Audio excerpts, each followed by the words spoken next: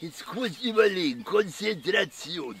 Wenn ich den jetzt, sagen wir mal 50, sagen wir 60 Zentimeter, dann wären wir genau hier.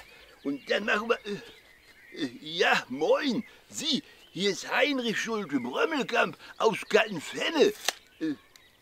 Was ich hier mache, ja, wonach sieht's denn wohl aus? Hier, den blöden ollen Grenzstein, nicht? Der war da hinten, die äußerste Begrenzung von meinem Acker, nicht? Und der hat mich doch in die eine Kurve, da bei den Wänden immer so gestört, wenn ich an Flügen und Ecken war. Und da habe ich gedacht, gut, wenn der jetzt da vorne stört, dann packst du den einfach hier, ja, ich weiß, das ist nicht ganz legal, aber mein Gott, bei uns auf dem Lande, soll ich Sie sagen, so was Ähnliches hat doch jetzt die Tage für höchste diplomatistische Verwicklungen auf europäischer Ebene gesorgt. Ja, gehen wir mal zurück in die Geschichte. Sie wissen doch, was 1815 war, oder?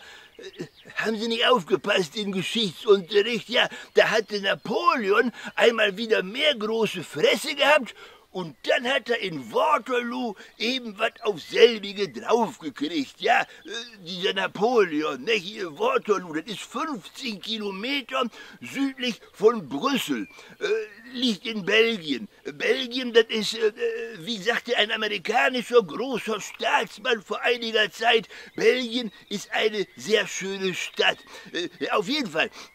Hinterher gab es dann nach 1815 die sogenannten Verträge von Courtrai.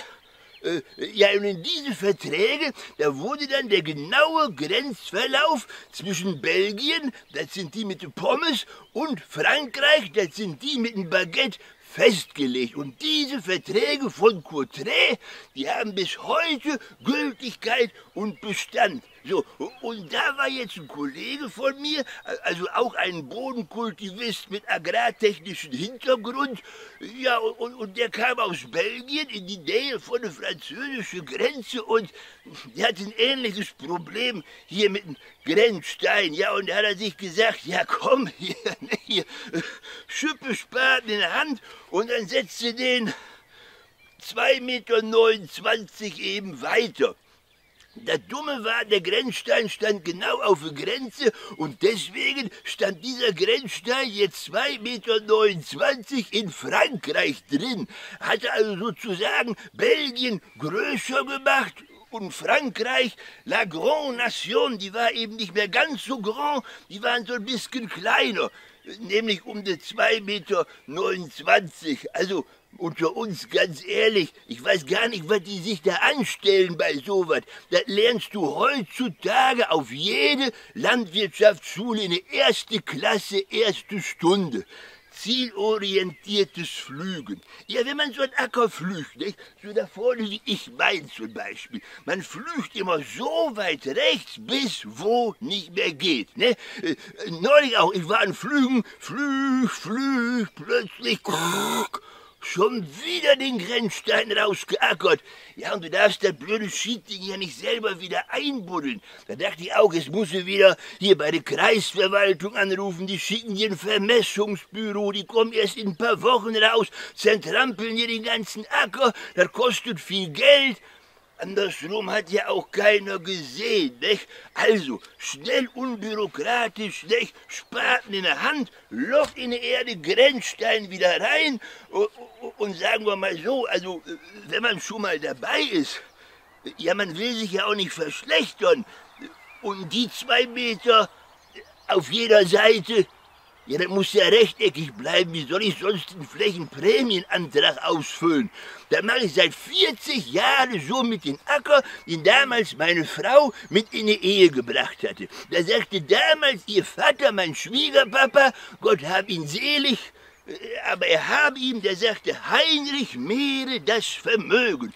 Und ich habe ihm gesagt, Schwiegerpapa, Liebe vergeht, Hektar besteht. Ja, und so habe ich mir jedes Jahr so ein paar Quadratmeter dabei gepflügt. Ich weiß, Sie denken jetzt, oh, was der macht, das ist aber Betrug. Ich nenne es Individualisierte Flurbereinigung. Hat nie einer Spitze gekriegt. Bis letzte Woche. Routinemäßige Grenzsteinkontrolle von der Kreisbehörde. Ich habe jetzt ein Strafverfahren anzeigen wegen Urkundenfälschung. Die meinten, ein Grenzstein wäre eine Urkunde und wenn man ihn umsetzen würde, dann wäre das Urkundenfälschung. Ich möchte die Flächen wieder hergeben. Ich sage, die habe ich erobert. Der Putin würde sagen, annektiert. Ne, die müsste ich wieder rausrücken. Ich sag Gewohnheitsrecht. Ich habe mir schon die nächsten Quadratmeter ausgeguckt. Mein Anwalt meint vor Gericht, bestenfalls könnte das für mich auf einen Vergleich rauslaufen. Ich sag, wie Vergleich? Ja, sagt mein Anwalt, ich gebe ein bisschen was nach und mit Glück müsste ich nicht alles wieder abgeben. Ich sag, und wie soll das praktisch aussehen? Ja, sagt mein Anwalt, ich könnte zumindest anbieten, dass ich den Seitenstreifen von der Autobahn wieder rausrücke. So, ich muss jetzt hier weitermachen. Macht ja sonst wieder keiner. Kommst hier wieder nicht in die Erde rein.